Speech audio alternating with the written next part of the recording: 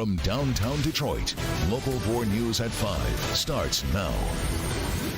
It was an all-out brawl. Chaotic new video showing what really happened as two members of the force stand charged with assault. Nick.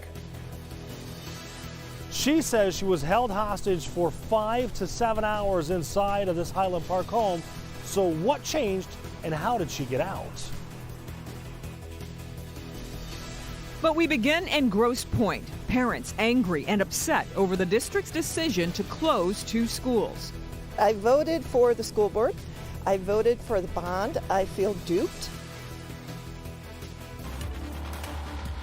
Coming up in just a second, we're going to begin, though, here at 5 with breaking news from Redford Township. Sky 4 live over the scene where police are now investigating the death of a 5-year-old girl.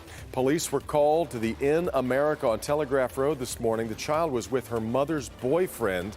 First responders took her to the hospital, though police say there were no signs of trauma. The Oakland County Medical Examiner's Office is going to perform an autopsy coming up tomorrow. So a lot of questions to be answered. We're on it right now, and we'll have updates just as soon as we can bring them to you.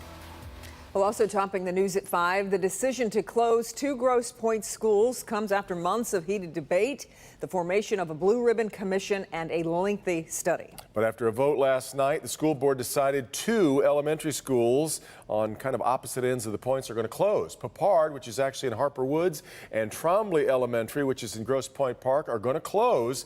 There are also other major changes coming in the district. Priya Mann spoke with parents upset about that move and how school leaders plan to go about it. Parents in two communities within the Grosse Pointe School District are upset about the same thing, the sudden closure of their children's elementary schools. Trombley in the South End and Peppard here in Harper Woods, the district's only fully Title I school. I just think it's not good because you have kids who have to walk home, little kids whose parents work, and they have to walk home. I am very upset. I really am. I'm really disappointed in the school board. In a 5-2 vote Monday night, the Grosse Pointe School Board voted to close two elementary schools. Closing Peppard caught the attention of the Michigan Department of Civil Rights, as the majority of students there are black. This is what the executive director told Local 4 shortly before the controversial vote. I think that the questions that were raised and the comments that were raised serious concerns about whether their process was fair, inclusive, and transparent. But the district superintendent says there was no racial bias in the decision, as Peppard students go on to attend Grosse Pointe middle and high schools. It's our opportunity to actually become more integrated than we have been before. We'll continue to provide those types of services for the families that are in the Title I or in the Title programs. The district has been dealing with declining enrollment for years, meaning less funding and more empty classrooms. Parents who voted in favor of a $111 million bond to fix up schools are outraged. I voted for the school board. I voted for the bond. I feel duped. I feel like they did a bait and switch. And I'm also very disappointed. You see, I'm getting a little upset. These signs now seem to be in vain. Both elementary schools set to close next year. I think they're very incompetent in this decision, and they're not thinking long term. I don't think it's a good idea. Like I said, we vote there. It's our voting location, and it's right here. It's a neighborhood school. We need to figure out how we're going to heal, how we're going to come back together. And it's not clear how that's going to happen anytime soon. As for these two closures, kids are now going to be about a mile or a mile and a half away from their new schools, and the district doesn't provide any busing or transportation. So now the district is also looking into school buses. I'd also like to point out that there is now a movement to have a petition to recall some of these board members. Reporting live, I'm Priya Mann, Local 4. Priya, though, the closures weren't the only controversial decision made by the board last night.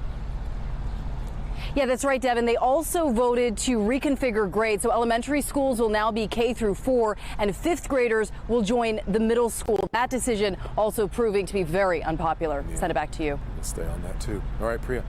Well, tonight we're getting our first look at security and police camera video of an alleged assault by two Detroit police sergeants. Sergeants Raytheon Martin and LaSalle Rue are accused of assaulting Gregory Price in the Greektown Casino parking garage. This was July of last year. Video of it was captured from a number of cameras, including a security camera, but also an officer's body camera. Price took the stand this morning and described those moments as he was allegedly beaten and then tased several times. I was ready for it to be over with after they punched me. I was like, I'm up, like it's over with. I'm saying, why was I tased twice? He said, because you was trying to get up. I was like, how was I trying to get up the first time when I was just hollering and crying on the ground? Follow-up court date has been set now for late July when the sergeants will find out whether they're going to stand trial.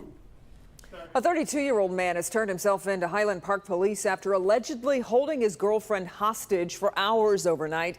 Happened at a home on East Grand Street near John R. and the Davison. Started about midnight. As Nick Monticelli reports, the victim is going to be okay after calling 911 for help. It was just scary, but I felt safe because they were all around. She lives right next door, yet for hours, all Pat Morgan knew was police wanted the man they thought was inside to come out. They were just saying for him to come out. I think they were calling his name. After several hours, Highland Park Special Response Team and canines moved in, only to find the suspect was already gone. According to his girlfriend, around midnight, he began assaulting her, cutting her, beating her, and then holding a gun to her head, threatening to kill her and then himself. She told police she was held hostage for nearly 5 to 7 hours until he fell asleep. Then she could escape and call 911, and that is what prompted all of this. It's just a matter of trying to wait these things out. Maybe back in the old days you go in like gangbusters, but now we'll wait. If it takes days, we'll wait. But they were able to go in sooner. The suspect's mother was able to text him, and she got the impression he wasn't there. The home where this happened is actually the suspect's parents' house. They did not want to talk to us. But now word is spreading through the neighborhood of what happened. I think that's sad. I think that's sad, and he's probably just ruined his life. Now, the girlfriend occasionally stays at this home, and police told me today that they have never been called here for any issues, but they were told of some past arguments. In Highland Park, Nick Monticelli, Local 4. Okay, Nick, and the suspect turned himself in about noon today. He's expected to be formally charged in the next few days. Between the roads and the schools, plenty needs to be fixed across our state. It seems Governor Whitmer and Republican legislators thus far can't agree on how to do that. And today, Governor took some shots at the other side during a news conference. Rod Maloney was in Lansing with what she had to say and how GOP lawmakers are reacting. Rod.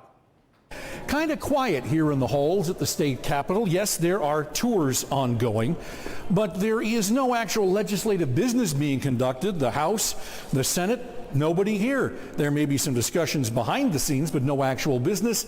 And the governor is using this as her opportunity to take both chambers to task for not having a budget.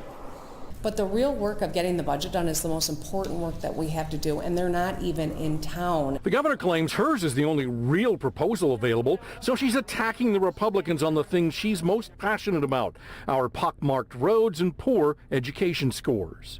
We talked all along that we were going to get this done before a break, and here we are. They're off for the next 2 weeks, and that's totally unconscionable and irresponsible, and I think dangerous. Local 4 caught up with a highly unimpressed Senate Majority Leader Mike Shirkey. I got over half our caucus here working today specifically on budget and roads. And so anybody who claims we're on vacation obviously has their head someplace that I'd prefer not to mention right now. House Speaker Lee Chatfield weighed in with a statement, quote, "We might be further along on roads if we had received a realistic proposal from the governor. $2.5 billion tax on working families was a non-starter, and so the House and Senate Republicans are taking their time to build the right plan instead of rushing a bad plan." If it's a non-starter, you come back with another idea, and they haven't. Selling the Blue Water Bridge is insulting, and it's baloney. Governor, of course, talking about the House Republican idea of selling the Blue Water Bridge. The governor said it's sort of like having a garage sale to pay the mortgage. Back to you. Well, Rod, what realistically can we expect in terms of things getting serious here between the governor and leadership? There was actually a lunch today, Devin, and who knew the lunch could be so valuable? Shirkey and the governor were supposed to get together and talk about this. I have a hunch the Senate Majority Leader was none too happy with the way the governor went after him and the House today, so it had to have been a spirited conversation. Breaking bread maybe helps, though. We'll see. All right, Rod. All right, well, they are just one win away. They're talking about the Wolverines. They put on a commanding performance against Vandy last night, and now tonight They've got their chance to go into the history books as College World Series champions. Bernie's with us now. Vanderbilt came into this series a heavy favorite, but to win the first of a best-of-3, That's exactly it's right. massive. It's massive because tonight you can kind of just play and relax when all the pressure's on Vanderbilt is exactly what you talk about. But tonight Michigan looks for their first national baseball title when they face Vanderbilt. Best 2 out of 3 series. Tonight is game 2. Wolverines took the upper hand last night, beating the Commodores 7-4. We've got highlights. We'll start with Michigan basketball coach Juwan Howard in Omaha, rooting on his baseball team. There he is. Michigan's 7th man on. Michigan up 4-3, but Jimmy Kerr, boom, a 2-run jack to right, his 15th of the year. Michigan wins game 1 7-4. Pitcher Tommy Henry, who was terrific, says this is all about Michigan. You know, that's the reason we play how we play, for the block M on our chest, you know, for the community that represents, for the school. You know, just everything for Michigan. And so to feel their support has been amazing, and we're excited to see it continue. That would be great because it'd be their first national championship since 1962 in baseball. But Vandy will start Kumar Rocker, who threw a 19-strikeout no-hitter in the Super Regionals. A word out of Michigan, they haven't said anything. It appears they're going to go with a series of closers and relief pitchers and see how it turns out from there, and then come with their big stud tomorrow night. 7 o'clock start. More coming up in sports. Interesting tactic. Yeah, interesting, isn't it?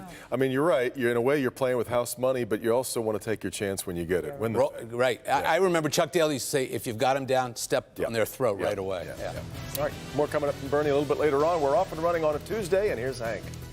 We're putting cell phone cleaning products to the test. What works, what doesn't? What will really kill the germs on your phone? It's coming up, new tonight. Okay, Hank, and this was no laughing matter. The very serious situation that sent an SUV straight into a Flint donut shop. Hi, Ben. Kim, if you like summertime heat, we've got plenty of that. Temperatures above normal for the next 7 days. The humidity's coming back, and we've got more than a few storm chances to discuss. That's all coming up. Okay, Ben, but first, sentencing day once again for Nathaniel Abraham. What he told the judge right before being hauled off to prison for selling drugs to more than one undercover officer.